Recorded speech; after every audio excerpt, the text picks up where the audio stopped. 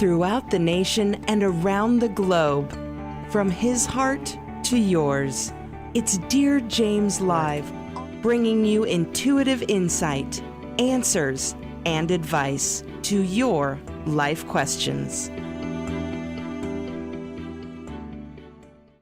Hello, beautiful soul family, and welcome to Weekly Wisdom and Insights, your home for spiritually guided transformation and empowerment. I am your host, Dearjames, and together with the unseen, Spirit, Source, and Symphony, we look at the current energies, the intuitive insights, and we go as guided.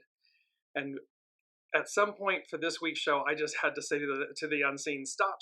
There's so much coming in. There is, and it's powerful. It's magnifying. It's great. You can see the smile on my face. So welcome, Olivia. Welcome, Alicia. So I'm going to just jump right in because there's so much to cover. And we are piggybacking, remember, from last week's episode on 8/14, August 14th. We're looking at that Mars-Jupiter conjunction that occurred last week. And then, of course, the squares, astrologically speaking, there are many squares. You're going to see there are two T-squares going on. There's the Aquarius full blue supermoon that just occurred on Monday. I mean, there's incredible as above, so below energies. So let's jump in. This is from astrologer Chani Nicholas, and it's just setting the tone. I want to set the tone with this. She said, get ready to level up.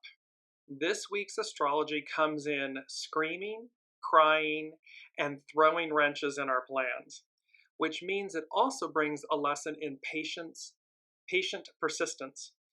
Commit to meeting your needs and being super flexible. We can't show up perfect, but we can always show up perfectly human. Welcome, Sue. So there's, I mean, you get the impact. It's these energies are coming in screaming, crying, and throwing wrenches. But more than that, it is this incredible opportunity. This is a, as the unseen gave us, our theme for this week, a cosmic reset. So I'm just going to bring up the main theme here for a moment, a cosmic reset. And what you see is this just beautiful celestial swirling, this force. And that's what I originally had the theme as, is a cosmic force. And the unseen said, yes, however, it's a cosmic reset. And then they said, the unseen speaks. And so this cosmic swirling, vibrant, radiating colors of the rainbow, and they're electric. And you see really the cosmos in the image. So it's a cosmic reset. It's a cosmic force, but it's a cosmic reset. And why is that so? We're going to jump to the actual astrological chart. I want you to see in the center of the chart, this is the horary chart for the Aquarius full blue supermoon. It's one of 4 blue moons, supermoons, pardon me, that's occurring this year. In the center of the inner circle, you see 2 red triangles. Those denote T-squares, and one of the red triangles denotes a fixed T-square, meaning it's in fixed signs, Aquarius, Taurus, and Virgo. Pardon me, not Virgo, Leo. And then the other one is mutable. So we have this incredible double overlapping, these overlapping T-squares. T-squares denote friction, energy that must be released, that will be released. And so right off the bat, so we're playing with this image. I'm going to bring this up quite a bit throughout the show.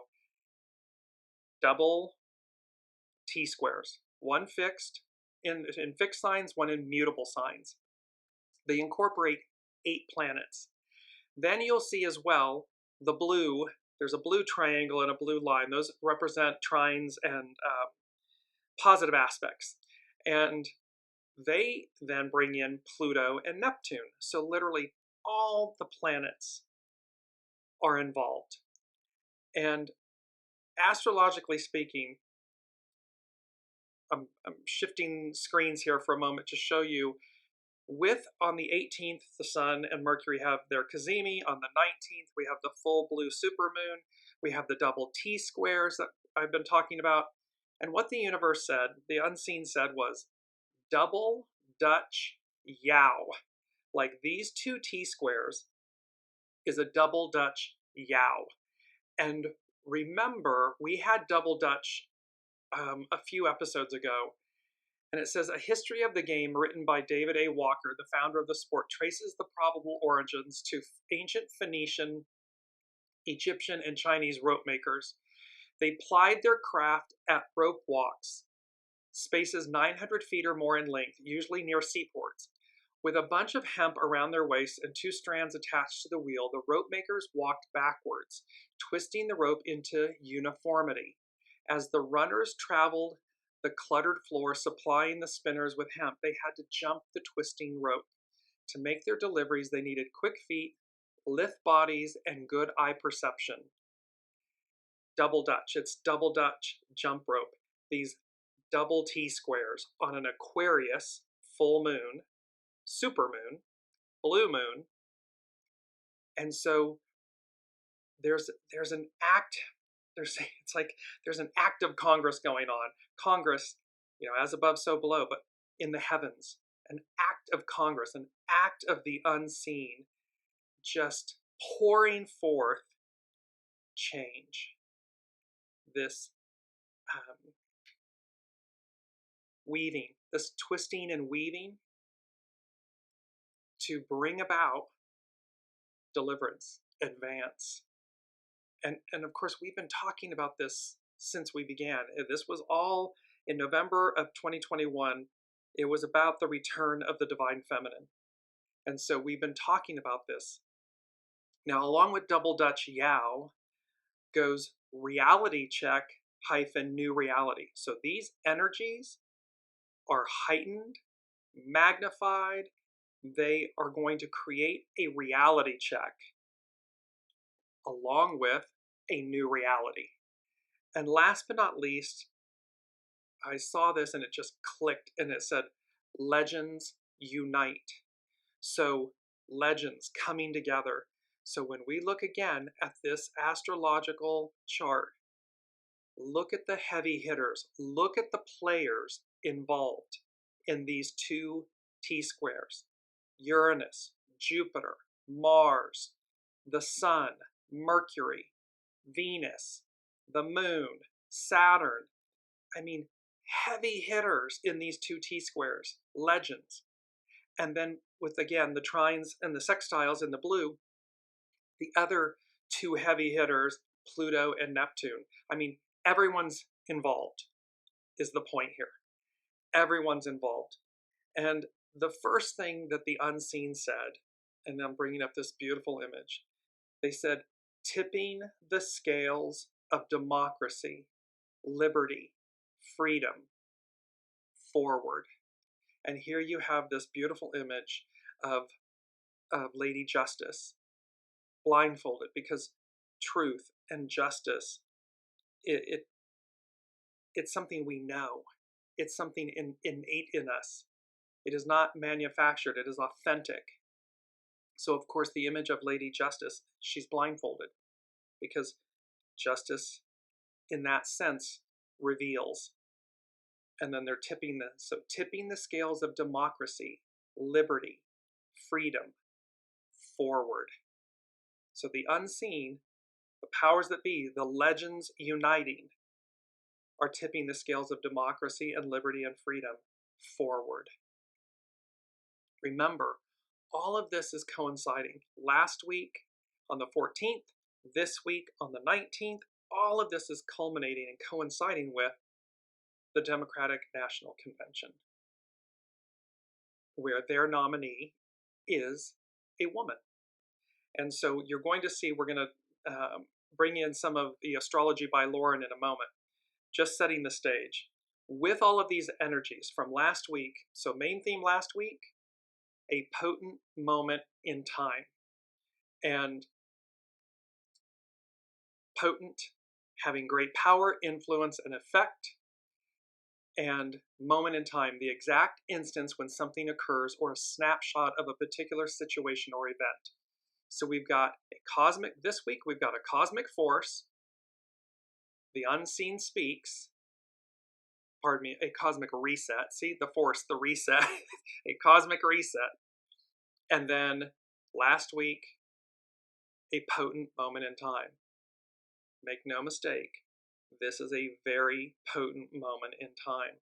And remember that they said that we would be able to look back, because we had with the astrological influences, double Dutch Yow, reality check, new reality, legends unite, and literally as above, so below. Look at the legends uniting at the DNC. Current president, two former presidents, former first ladies.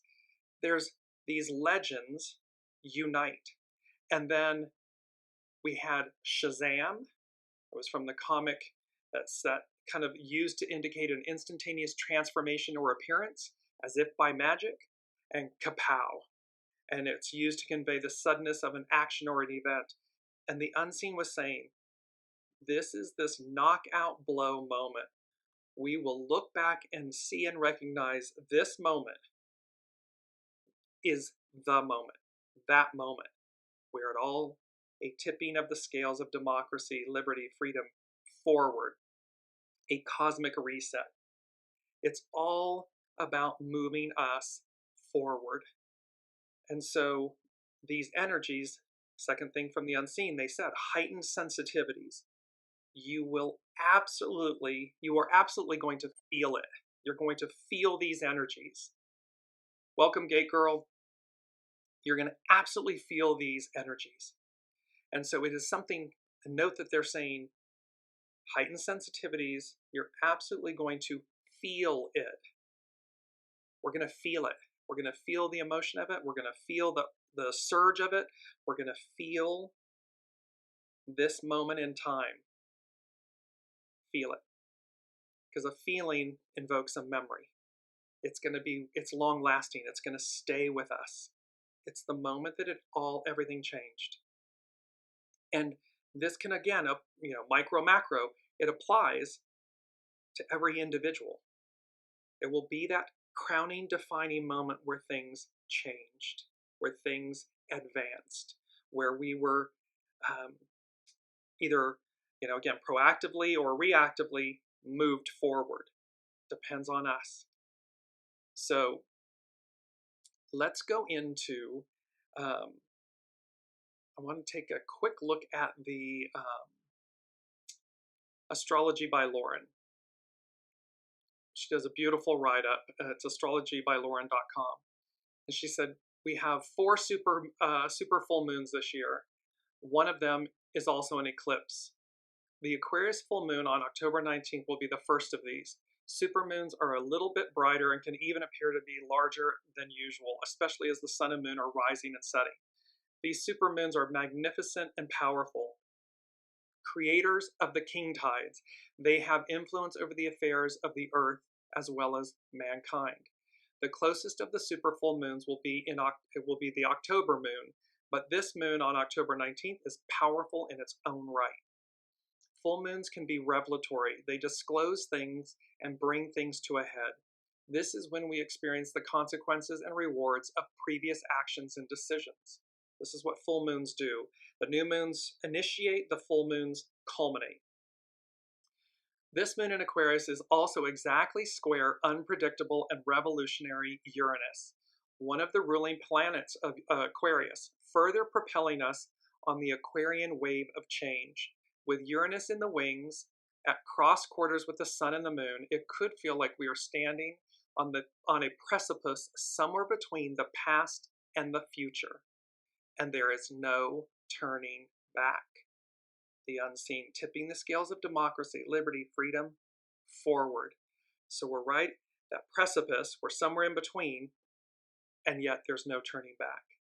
And what she's speaking to here of, again, I'm just bringing up this chart, she's speaking about the red triangle where Uranus is at the tip. It's down towards just to the bottom left is where Uranus is. And then it goes over to the moon to the left and across to the sun and Mercury. So this is the fixed T-square that Lauren is talking about. Not all changes are welcome, but with such a strong Aquarian and Uranian message, we are being asked to ride the wave of change in order to align ourselves with intentions that were being seeded in years way back. This sort of change can be swift, unexpected, and can feel like our lives are being upended and overturned in the process. I mean, legends unite. Everything's just, it's powerful energies. I just keep laughing. But know that even when it can feel like chaos, the ultimate goals lean towards the Aquarius ideals being seeded. First, with the great conjunction between Jupiter and Saturn at 0 degrees of Aquarius in 2020, and the ingress of Pluto in Aquarius. So we're harking back to the Jupiter and Saturn conjunction, this great conjunction that we covered regarding in 2020. And then Pluto ingressing into Aquarius, not since the French, American, and Industrial Revolutions. Big change. We could expect a few more twists and turns in the process. Not only are the moon and the sun square Uranus on Monday, the 19th, but so is Mercury square Uranus as well. The full moon coincides with the inferior conjunction of Mercury to the sun, the cazimi, the conjunction of Mercury and the sun, which occurs in the middle of the retrograde phase and commences a new Mercury cycle that lasts until December 5th. So remember, the sun, Mercury, anytime the planet comes into cazimi, into conjunction with the sun, it burns away the old. And so we're renewed, the way we think, the way we speak, the recognition that our words matter. Consumed with the sun's rays and invisible to the eye, ideas, like ripening seeds, are being planted in the fertile potential of the Mercury conjunction, beginning a whole new trend in thought and awareness. There's a whole new world, a whole new way of being. The full moon is only making it that much stronger in its effects. And as Mercury makes its conjunction to the sun, it is also making the second of its 3 squares to Uranus. Squares create friction. It's pent-up energy that must be released. The first occurred at the previous full moon on July 21st. This was when President Biden withdrew his candidacy for the next presidential election, seamlessly handing it over to Vice President Harris. Mercury-Uranus weather is unpredictable, surprising, and riddled with all sorts of extraordinary twists and turns. Interestingly, the second square and the full moon on Monday coincides with the Democratic National Convention, in which Vice President Harris's candidacy will be formally confirmed. For those who might be interested, the full moon at 27 degrees, so this full moon that's just occurring on Monday, the 19th of August, at 27 degrees of Aquarius, on the day of this convention, is exactly conjunct Vice President Harris's natal Saturn, positions of responsibility and authority, and the moon of the United States Sibley chart. The moon represents the people in a national chart. It also represents women. So this degree, this 27 degrees, is exactly mirroring, it's transiting the exact degrees in the United States' birth chart, natal chart, Sibley chart.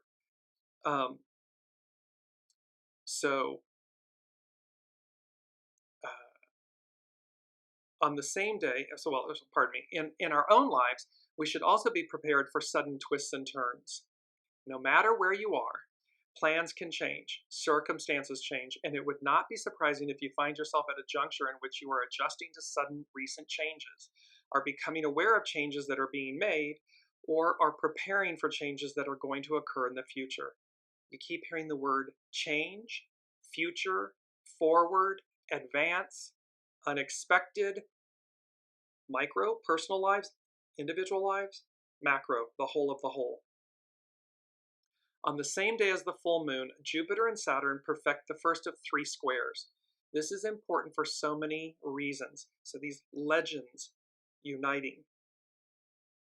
For this is the first test to the great conjunction of 2020, when Jupiter and Saturn were exactly conjunct at 0 degrees of Aquarius. And remember, the anaretic degree, the 29th degree in astrology, and the 0 degree, very powerful degrees. Whatever seeds were being sown with the great conjunction, whatever new paradigms were needing to be initiated, the first open square is a time of opposing factions trying to achieve some sort of balance. At first, it will present as conflict. So there's two different visions, two different ideals, two different ways, one moving forward, the other one wanting to move backward. So it presents this open conflict. Conflict between the expansive nature of Jupiter to have the freedom to grow beyond its previous limits versus the consolidating and limiting nature of Saturn, which aims to protect and conserve. In many ways, this is a transit of contradiction. Jupiter in Gemini says yes to everything. Remember that, go, go, go. And Saturn in Pisces tells us that that is impossible. And yet, out of this conflict, a plan is gradually going to come together, honed with time, compromise, and resolution. In our own lives, we may find ourselves waffling back and forth and feeling indecisive about certain outcomes. Perhaps in some ways you are feeling stuck, but are taunted by the possibilities of a new vision for the future that the Jupiter-Uranus conjunction was trying to seed way back in April of 2024. This push-pull, this back and forth, this knowing that there's change, that we need to make change in our individual lives. And yet, the uncertainty of it, the awaiting the arrival of it, to be proactive and not reactive, all of these energies. Jupiter-Uranus was trying to inspire us with a vision back in April. The Jupiter-Saturn squares can show us the obstacles that are needing to be overcome in order to make that vision a closer and more achievable reality. So here we were teed up for these awarenesses, these energies, in April of 2024. Now we're coming into the moment. Mercury's going to go direct at the end of August. These T-squares are going to force the issues. They're open, so they're going to open up the way through, the way to. There are 3 of these squares. This one on August 19th, another when Jupiter is retrograde on December 24th, and the last will be in June of 2025, when Jupiter is in Cancer and Saturn is in Aries. This represents a period of crises and transition filled with restlessness and inner conflict. We know some sort of change is well nigh due, but making that a closer reality will require some major shifting around in order to make that so. So we're being faced with all of this change, challenge, opportunity to advance, opportunity to change, opportunity to release the past to receive the present future. And the only thing that will prevent that from happening is fear. It will be you. It will be an inside job. It will be fear. And yet, tipping the scales of democracy, liberty, freedom forward. These heightened sensitivities, you're absolutely going to feel it because it's calling us forward. The energies are imploring us forward. There is greatness ahead of us. We have experienced greatness behind us. However, that's where we experienced it in the past.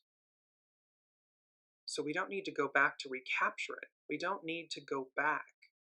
We go forward to receive our greatness anew. There's newness available. Lauren concludes, last week, Mars conjunct Jupiter was activating the Jupiter-Saturn square. This week, Venus in Virgo comes into the picture, forming a pretty significant T-square in the mutable signs of Virgo, Venus, Gemini, Jupiter, and Pisces, Saturn. Once again, coincidentally or not, Venus will be exactly conjunct Vice President Harris's natal Venus, so her birth Venus in her natal chart, activating a revolutionary Venus, Uranus, Pluto conjunction in her natal chart. This is the sort of conjunction that breaks glass ceilings, a reference to Hillary Clinton talking about all of the thousands of cracks that were put in the glass ceiling. It changes paradigms and can even revolutionize the roles of women in society. Vice President Harris has a lot weighing on her shoulders this week, and we're all going along for the ride in our own lives as well. And she concludes with this quote from King Whitney Jr. Change has a considerable psychological impact on the human mind. To the fearful, it is threatening because it means that things may get worse, that things are changing. To the hopeful, it is encouraging because things may get better. To the confident, it is inspiring because the challenge exists to make things better. It's an opportunity. So these energies, these double T squares that are occurring now, they're going to play out. The other, the trines and the sextiles with Pluto and Neptune, these legends uniting are, I'm just hearing the Alicia Keys sing, this girl is on fire. It's kind of like the, welcome Kiki. These energies are on fire. And so we have, and why? Because legends unite. As above, so below. I did just a post recently, this came from tarot.com. Wellness often requires a certain amount of surrender. Surrendering the past, surrendering what no longer serves us, surrendering fears, insecurities, lack, surrender, so as to be the most empowered. And so there's a theme here of these legends uniting, heightened sensitivities, the tipping of the scales, and I was really amazed. I'm always amazed and in awe with the unseen. There are a lot that came through, a lot of messages that are coming through intuitively that are mirroring what is happening literally in our public sphere, in our public reality. Certainly against the backdrop of the United States' election, the Pluto return, all of these things. So one of them that came in that was just quite extraordinary, and I'm going to bring up this image, and I heard the unseen say, it's number 3, and they said, mirror, mirror on the wall, who's the fairest of them all? And of course, this is from Snow White and the Seven Dwarfs. It is the evil queen, if you will, asking the mirror. And fairest can mean in reference to beauty, who's the fairest of them all. But it can also mean who's the fairest, meaning who's good, who is good in the land. And so there was this beautiful, and what was so interesting, this is where, life as above, so below, and life imitating art and so forth. And in the headlines, of course, one candidate remarking that others were saying that about the other candidate's beauty.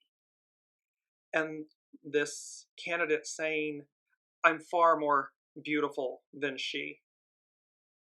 And here is literally the unseen saying, mirror, mirror on the wall, who's the fairest of them all? It's not about looks. It's not a beauty contest. It's about who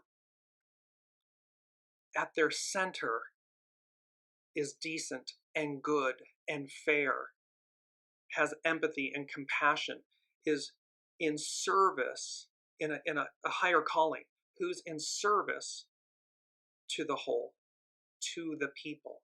Aquarian age, we the people.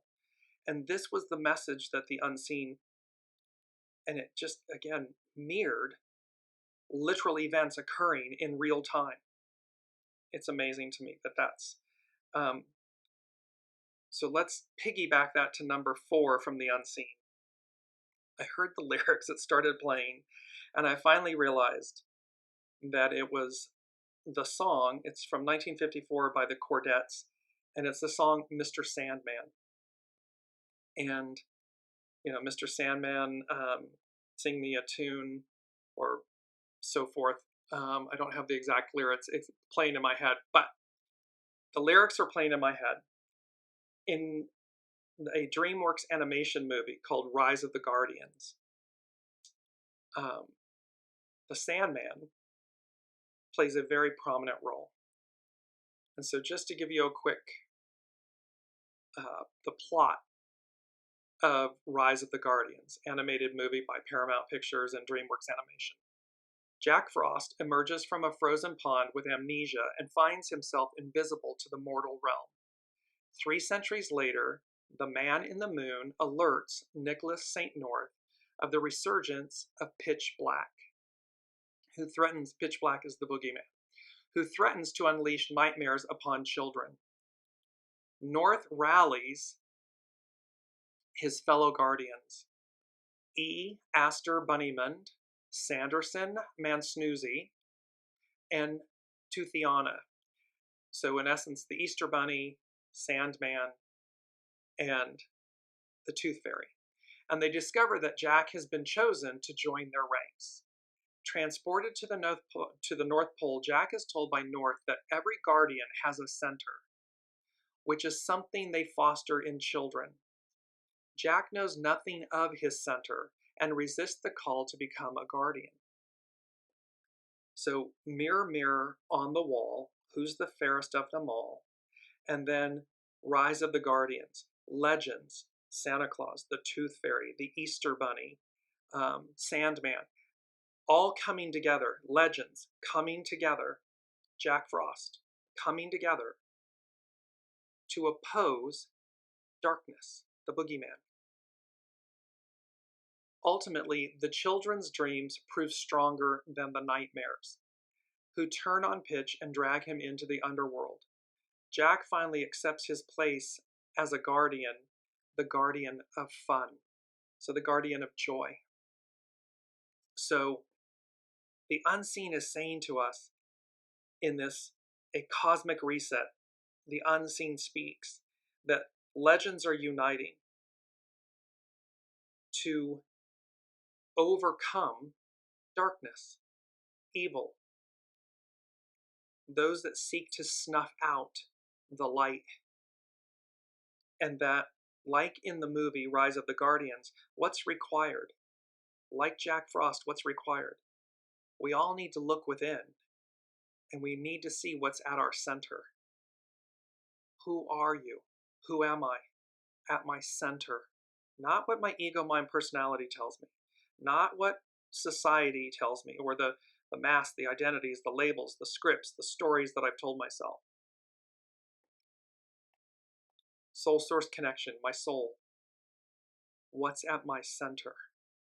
Because it's a beautiful quote, your character is your fate. So what's at your center determines your experience. And this is what's on offer. And it's beautiful that the unseen is giving us 2, yes, Kiki Law, legends gathered in Chicago. Exactly. This is literally everything as above, so below. It is literally, this moment in time is literally mirroring the Democratic National Convention. And you can't make it up if you try. You just can't. The timing of it, the revisiting during a Mercury retrograde. Put an RE in front of it during Mercury retrograde. So it's to revisit, relook at, reimagine, renew. It's all of these things coming together with these powerful T-squares. And I just want to bring up for a moment the actual, I'm going to share my screen really quickly with you all and just show you this. Look at the magnitude. This is the Aquarius full blue supermoon astrology chart. And here's the magnitude of these 2, one mutable, one fixed T-squares in red. The sextiles and trines in blue, invoking every heavy hitter above. Pluto, Moon, Saturn, Neptune, Uranus, Jupiter, Mars, Mercury, Venus, the Sun. I mean, it's all of them, all in, all coming together to move us forward, to tip the scales of democracy forward. And here's that beautiful image again. Because again, justice is blind, meaning it speaks for itself. The truth speaks for itself. What's in your center? What's in your heart? What do you know to be true? Now, when all is said and done, the unseen gave us number 5, and 5 denotes change.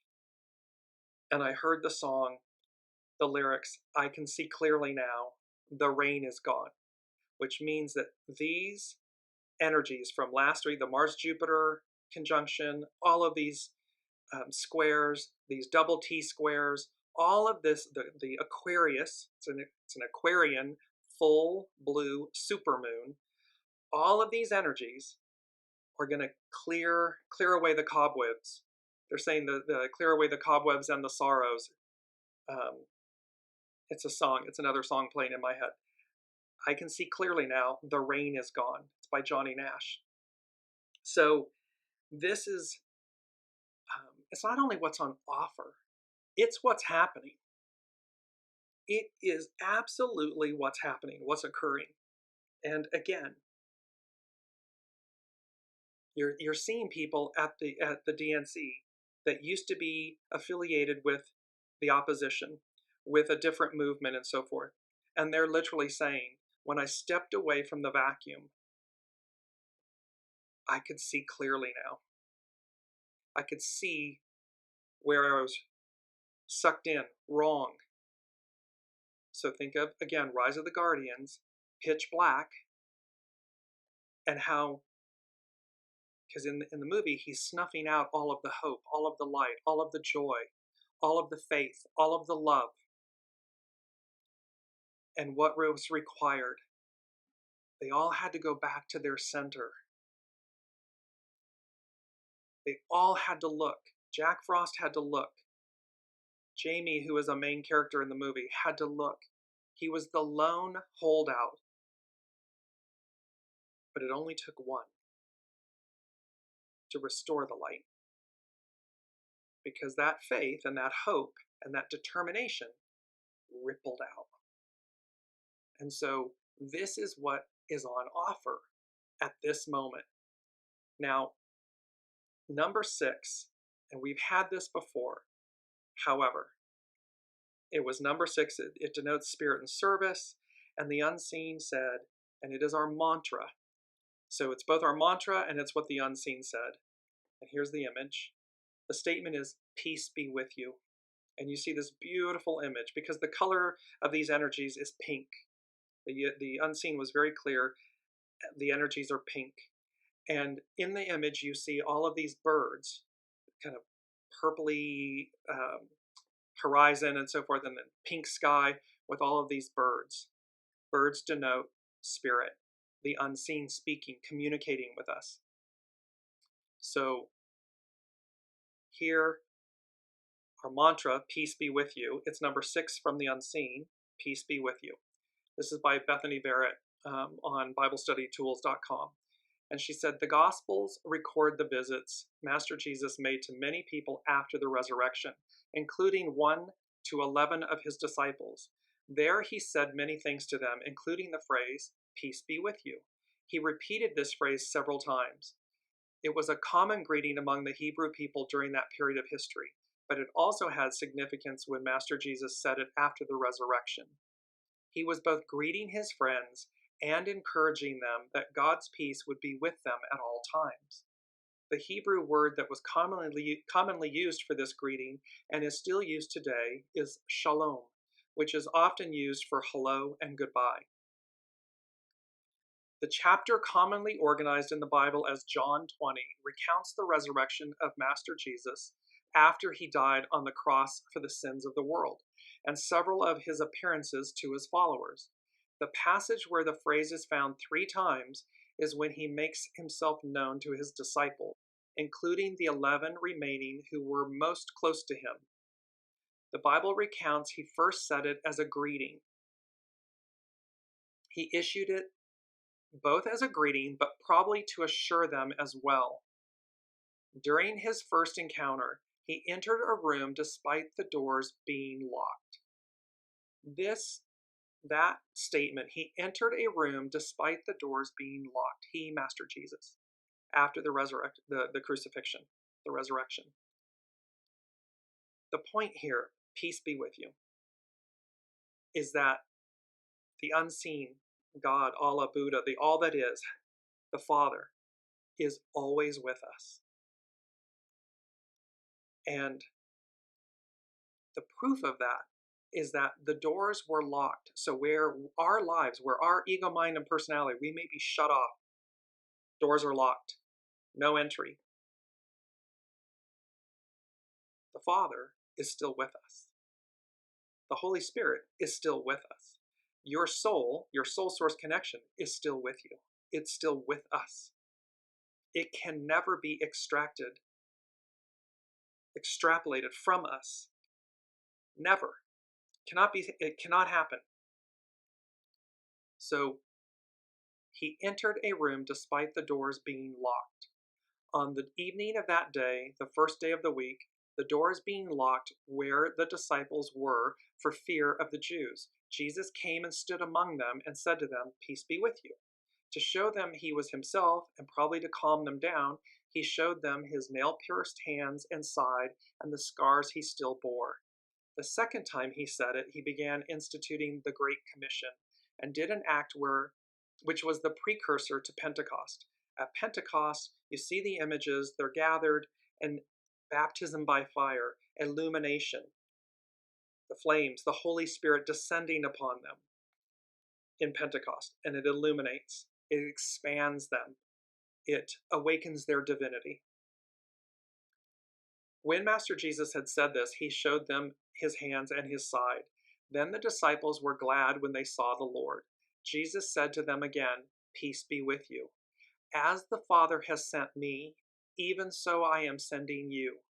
And when he said this, he breathed on them and said to them, "Receive the Holy Spirit."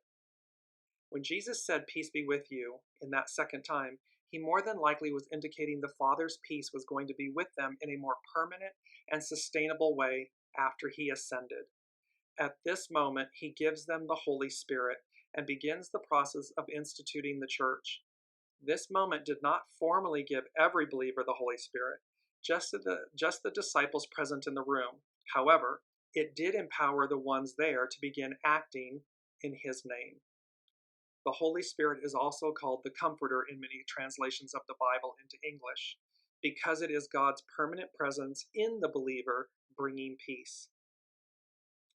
This is to say, peace be with you. It's our mantra, and remember that last week's mantra was, I rise like the phoenix unencumbered. And I literally just saw a hat on one of the third-party entities, again, against the backdrop of the US election. Camouflage hat with the word that says unencumbered. It's on behalf of, I believe, the Lincoln Project, on behalf of the DNC and so forth. So again, there's this aspect here, and this is not none of this is political. It's to demonstrate, as above, so below, the instantaneousness of the energies that are happening, the astrological legends unite, the energies coming together at this exact moment that's coinciding with all of this activity that is literally taking place, literal things that are happening in our world, certainly in the United States. It's worldwide, but it's certainly against the backdrop of the United States, the conventions, the election, and so forth. The choice before us, and what's at stake. And thus, here, because they said, the unseen said, the wheels of time are turning. I heard churning first, and then they had me exit out. The wheels of time, because it's not that they're churning, like something is churning and being readied or prepared. Or no, we're past that point. The unseen is saying the wheels of time are turning. Underlined, 3 exclamation points, done. Is it bad that Pluto won't be in Aquarius in November? No, because it's moving forward. And so Kiki is asking this question. No, because again, what's happening is Pluto is in its final retrograde in Capricorn. It will be moving forward prior to the election. So while it will still be in Capricorn at the point of the United States election, and then it will officially, not too far after that, move in by the end of, I forget the exact date, it will be back in Aquarius. However, the point being is that all of this, the reason it's going back is to finish up business. It is the mandrakes from Harry Potter. We are being transplanted. We are being taken from, let's say, an original pot or a small pot and being uprooted, where they're shaking the roots. Pluto is going back into Capricorn to finish up business before we officially move the next 20 years, 20 plus years. Pluto will be in Aquarius. Now, it doesn't mean that just because we've arrived that everything is easy, it's easy street. No, there's going to be this period of taking root. We're being transplanted into a bigger pot to expand, to advance, to move forward. But like if anybody's planting, working in a garden, pots and so forth, there's a period of time when you transplant the pot from the store to the permanent one that, you kind of see the plant maybe looks a little wilty or a little bit, shaky until it receives its vibrance, until it acclimates to its new home. And then, of course, with proper care, consciousness and care and attention and so forth, it thrives. It lives, it grows, and then it can go and it can be, repotted from there into an actual garden or whatever it may be. But that's a natural progression. And so it's not a bad thing that Pluto is not in Aquarius at this time, because it's finishing Legends Unite, it's finishing up business. It's ensuring our advance, our peaceful transfer, that passing of the torch, and what's required of us to maintain it, to care for it. Because remember, Rise of the Guardians, we are the custodians of our life experience, of our soul, of Mother Earth. We are the custodians of our experiences. So they are in our care. Mother Earth, liberty, justice, freedom, equality. We are the custodians of them. They are energies, but left unattended. Leave your bicycle out unattended and whatever, somebody comes by and steals it. Because perhaps we didn't have it properly secured, or we weren't properly attending to something. Well, it's the same with our freedoms and our liberties, justice. However, Legends Unite, Rise of the Guardians, Mr. Sandman. Sandman represents dreams, our hopes, dreams, wishes. So the unseen is speaking to us very loudly about being the guardian and the protector of these energies, to do something with them in our individual lives, micro, macro. And, again, I say this all the time, institutions, businesses, small businesses, corporations. The only time you're going to have because what are they comprised of? People. Everything is comprised of people. So the only time you're going to have a problem is when you're the custodian. So leaders, CEOs, owners, entrepreneurs, elected officials, you're in service to something greater than yourself. You're in service, not to just shareholders or the stock market or what the returns might be. You're the custodian of all of the souls, the humans, the souls that comprise your entity, your organization. What are you doing with them? Are you inspiring them? Are you lifting them up? Are you demonstrating their value and their equality, their significance? Or are you snuffing them? Are you churning and burning? Are you snuffing them out? Are you discarding them? Because again, your character is your fate. So don't be surprised when things go south and people leave and there's, protests and anarchy and everything against your vision, if it's a vision of the boogeyman, of darkness, of pitch black. It's not hard. It's just you have to do something. You have to choose to do something. And that choice matters. Our words matter. Our actions matter. Lastly, I want to bring in the beauty of, and by the way, the main energies here, just want to show you these very quickly. Focus on number 19, approach, advance. The full moon and all of these energies and these double T-scores and everything is on the 19th. Here, it's the 21st of August, but the energies culminate in a 19, which becomes a 10, new beginnings, which becomes 1, the creative force, to initiate change, advance.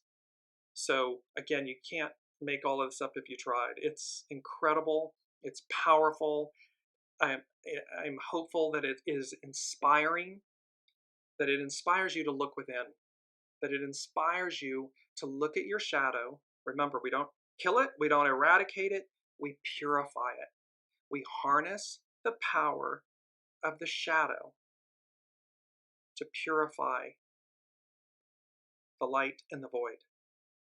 Yin yang, harmony, balance, to bring it all to, because that's why it's there. It's there not to control you and overcome you, to help you. It's there for you. We can learn some of our greatest lessons come from the cloak of opposites, an experience that's a cloak of an opposite.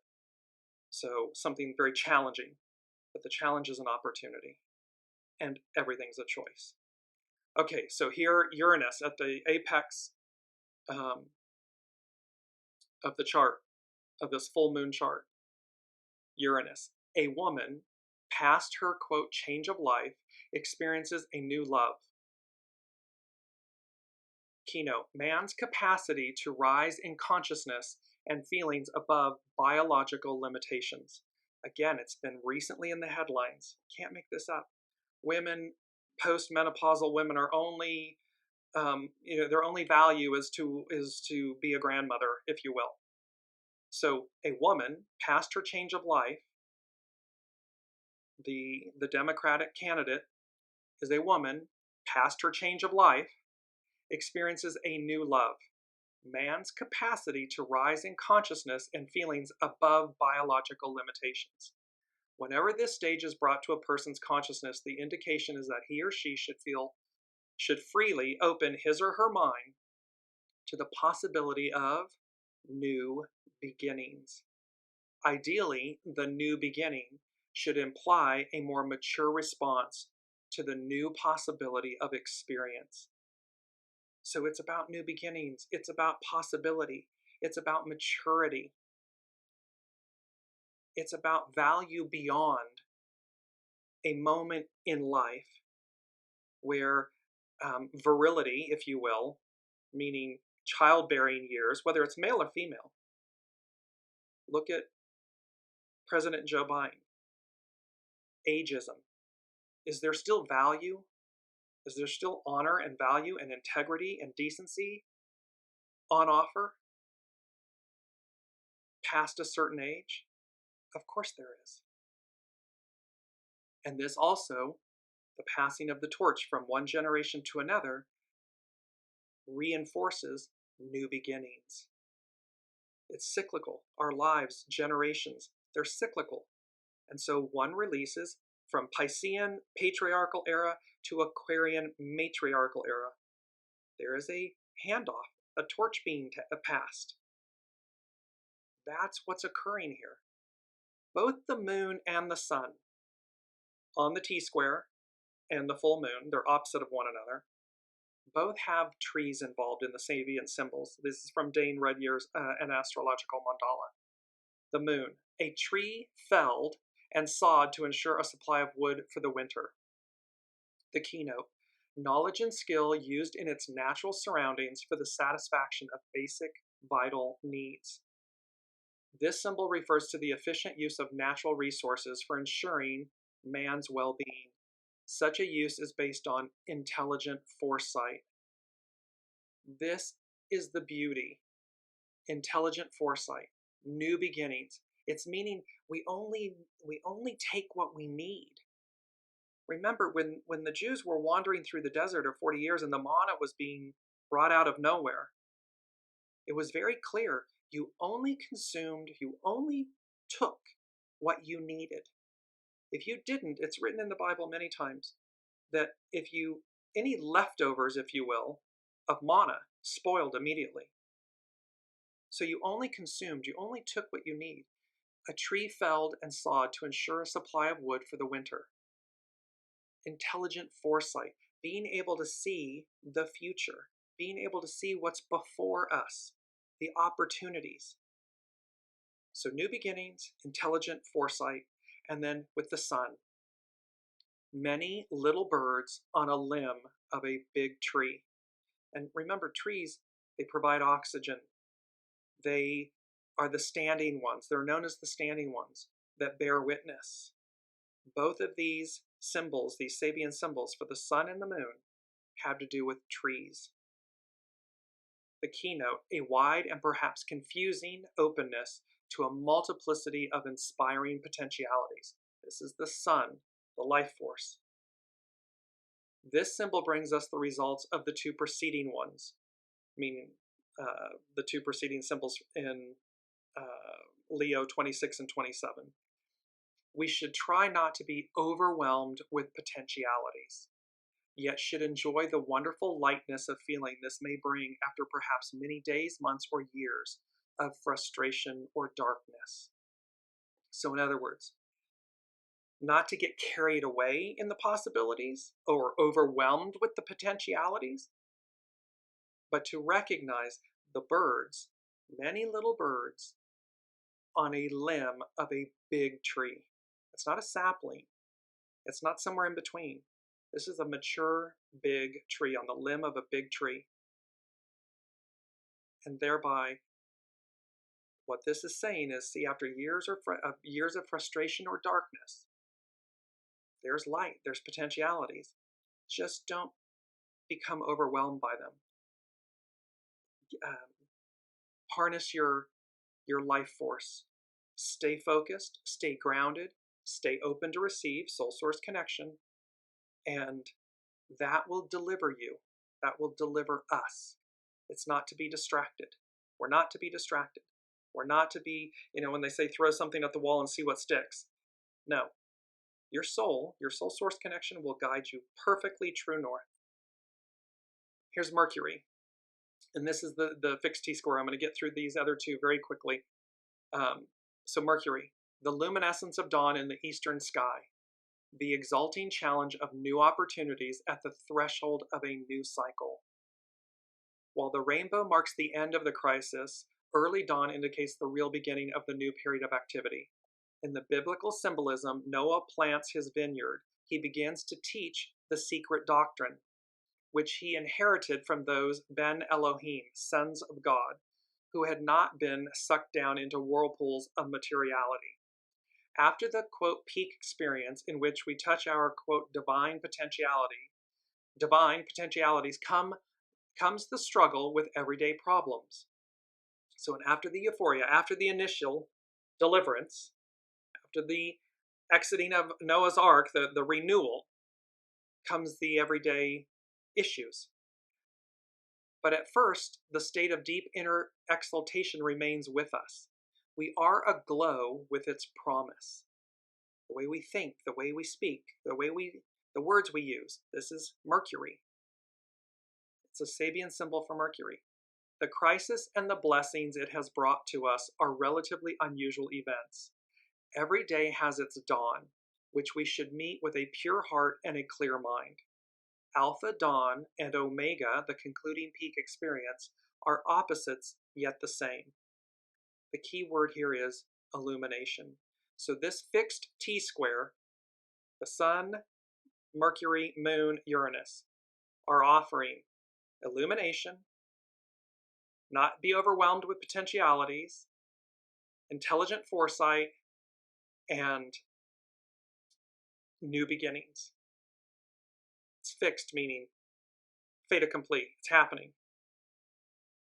Now, the mutable T-square, very quickly. Jupiter, the great benefic. Two Chinese men converse in their native tongue in an American city. The keynote, the need for the mind to retain its independence from its physical environment to concentrate on its special problems. This symbol occurs when the individual has developed new capacities for experience that may enable them to tap the vast reservoir of the planetary mind, the greater consciousness. To the common person, they appear to speak a foreign language. They experience a process of insulation, yet they are never really alone. Here and there, they find those who can understand them. This is about unity. This is about insulation, meaning coming in what's at your center and finding that you're not the only one. That in actuality, there's a host of others right there with you, speaking your language. Mars, a modern cafeteria, displays an abundance of food, products of various regions, the assimilation of multifarious knowledge through the synthesizing power of the mind. This, as is most often the case, such a fifth stage implies a certain kind of synthesis, or at least a preparation which leads to a new level. The keynote here is indeed assimilation. The negative potentiality of the symbol is waste.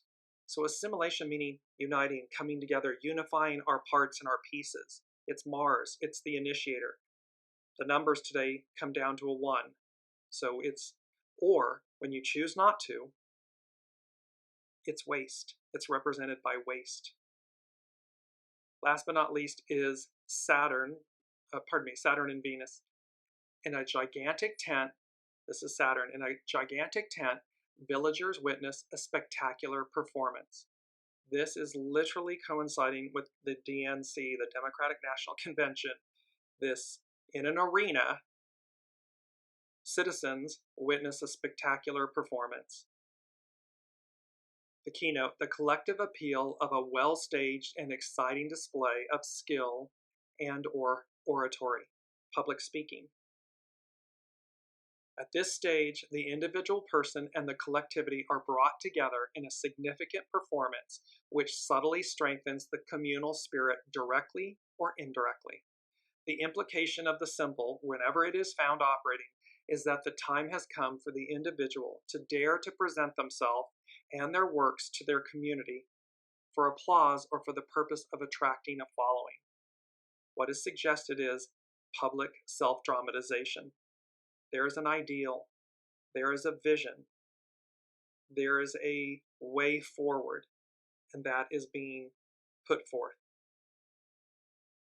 And last but not least, Venus. This is in the mutable T-square, a swimming race, the stimulation that comes from a group effort toward a spiritual goal. When man has become an expert swimmer, they have symbolically learned how to operate in a new element. This element, water, represents the ever-flowing stream of psychic energy and, in a sense at least, the astral world, soul source connection. Remember that beautiful image, our main theme, a cosmic reset, a cosmic force, the unseen speaks, the astral world. In a still deeper sense, man is now able, mystically speaking, to cross the river and reach, quote, the other shore, or to swim back toward source. Whether or not the symbol should suggest the competitive spirit at work is questionable. It is man who, acting through the most advanced individuals of the race, is taking a step toward rebirth, or toward a new mutation. The personal ego-centered ambition to succeed and to be first is indeed a sign of expectable spiritual failure. See, it's about what's at your center. It's not ego, mind, personality driven. If that's the case, it's an expectable spiritual failure. When it is from the heart, soul's source connection, soul-centered, it's an advance.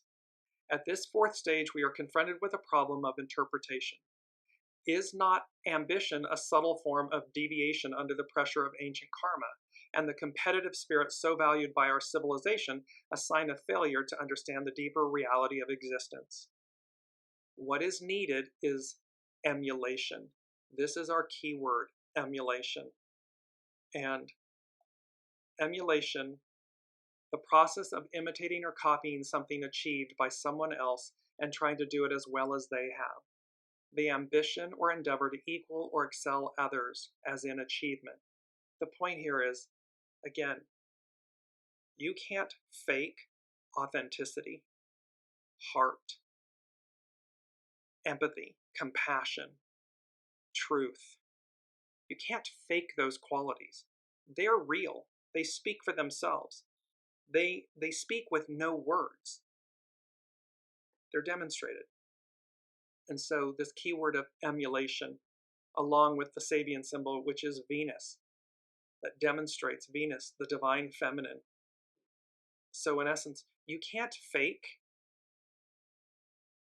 the divine feminine. Nourishment, love, intuition, all of these wonderful traits that the divine feminine aspect within all of us represents. So it's either present and real within us, within you, and that, again, business, corporation, government, institution, or it's not. It's self-evident. So we're going to close with these two quotes, and they come from HEXAGRAM 19, and I will post this because we're running over, so I just want to get to the actual images and quotes. The first one: when there are things to be done, one becomes great. And the image is an image from the civil rights era where they are talking about equal rights now, integrated schools, decent housing, ending bias, this right to liberty, to equality, to freedom, to justice. We, the people. When there are things to be done, one becomes great. Our last quote: when you place yourself in a position to help others, you discover your greater capabilities. The first quote was by Carrie Hone at cafeosoul.com. This one is by the master of the I Ching. When you place yourself in a position to help, and you see it's a group of women with all of their hands in the center of a circle, outstretched into a circle, creating a heart shape in the center. When you place yourself in a position to help others, you discover your greater capabilities. This is where we are. This is what is on offer. This is what is happening at this iconic moment in time, where a cosmic reset is occurring. The unseen is speaking loudly, forcefully. They are tipping the scales of democracy, liberty, and freedom forward. These energies are going to create a heightened sensitivity that we are going to feel. And they're saying we're going to feel them for a long time coming. It's a feeling. Mirror, mirror on the wall, who's the fairest of them all? Fairest. Who's fair? Who's kind? Who's the custodian? Who's in a position, seeking a position to serve, of service? Not for themselves, but for Aquarian, the Aquarian age, to nurture, to lift up, to inspire, to hold to account, to mirror back to us.